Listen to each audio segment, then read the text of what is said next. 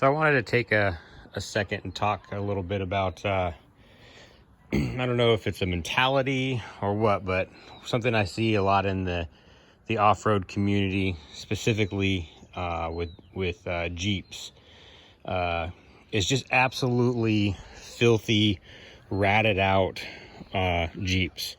And you hear all the time like, oh, it's no big deal, it's a Jeep, you know, I don't ever wash it, it's a Jeep.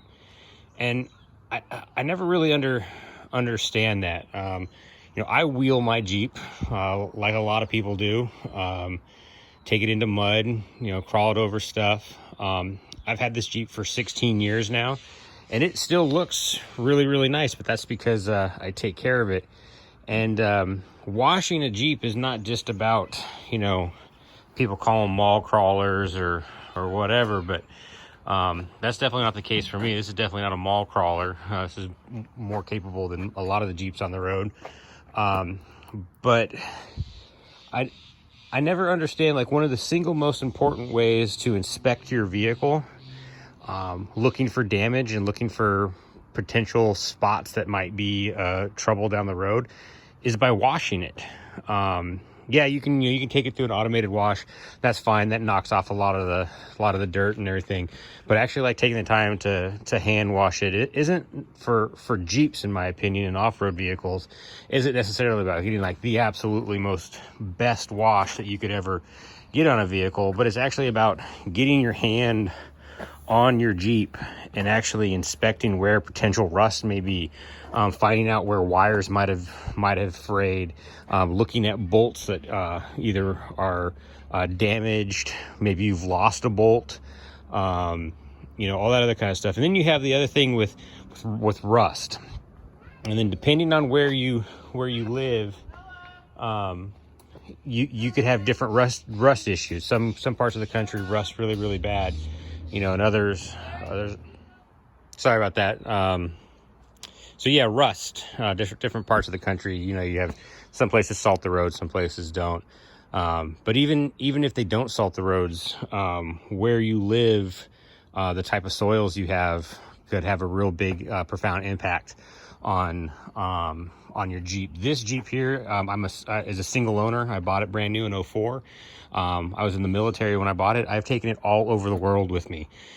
It's been to Hawaii twice. It's been to Italy. It's been all over the United States. And every place has different soil. So like sand is a perfect example. There's a ton of salt in sand. So even though they don't salt the roads in Hawaii, they have tons of salt in the air, tons of salt in the sand, and you go in it, you get that sand up into the frame rails. That sand sits in the frame rails for years, and it begins to salt out places on the Jeep.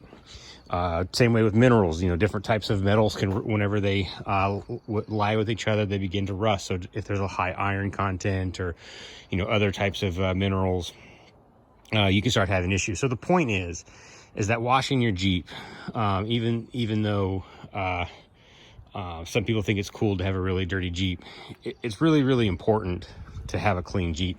And then there's the whole aspect of working on it. There is nothing worse than crawling under somebody's vehicle to help a buddy out, and every time you turn a wrench, buckets of mud and gunk are falling down on you. Now, I'm not saying don't take your Jeep into the mud.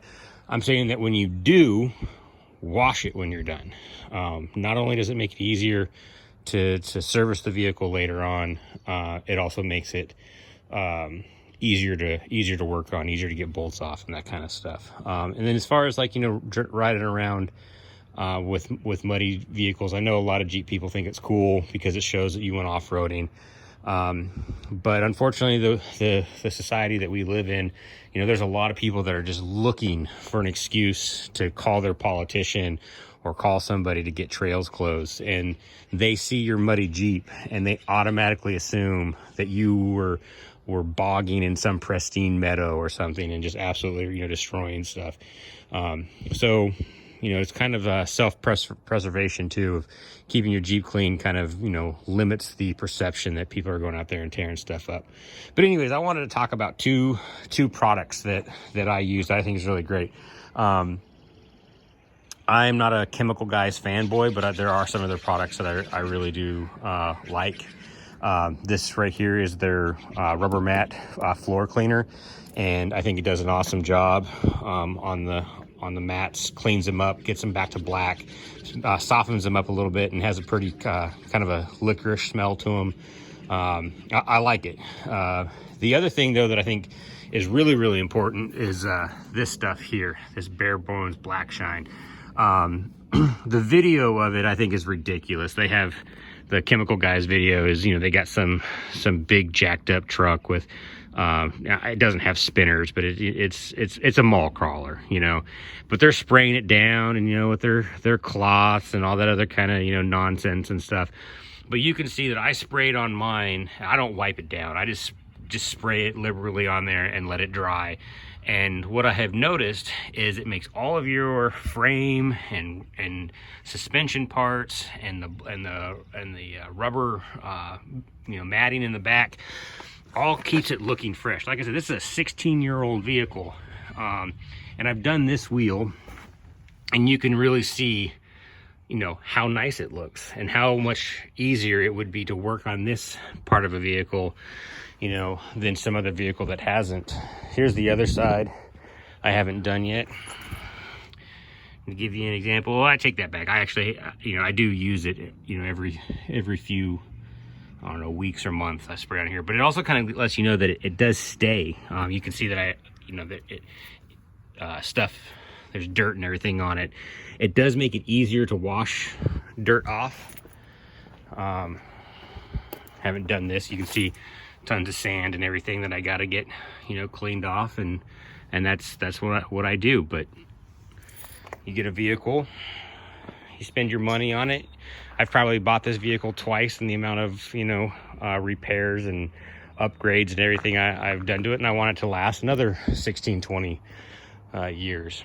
So anyways, I guess that's my preaching, my soapbox.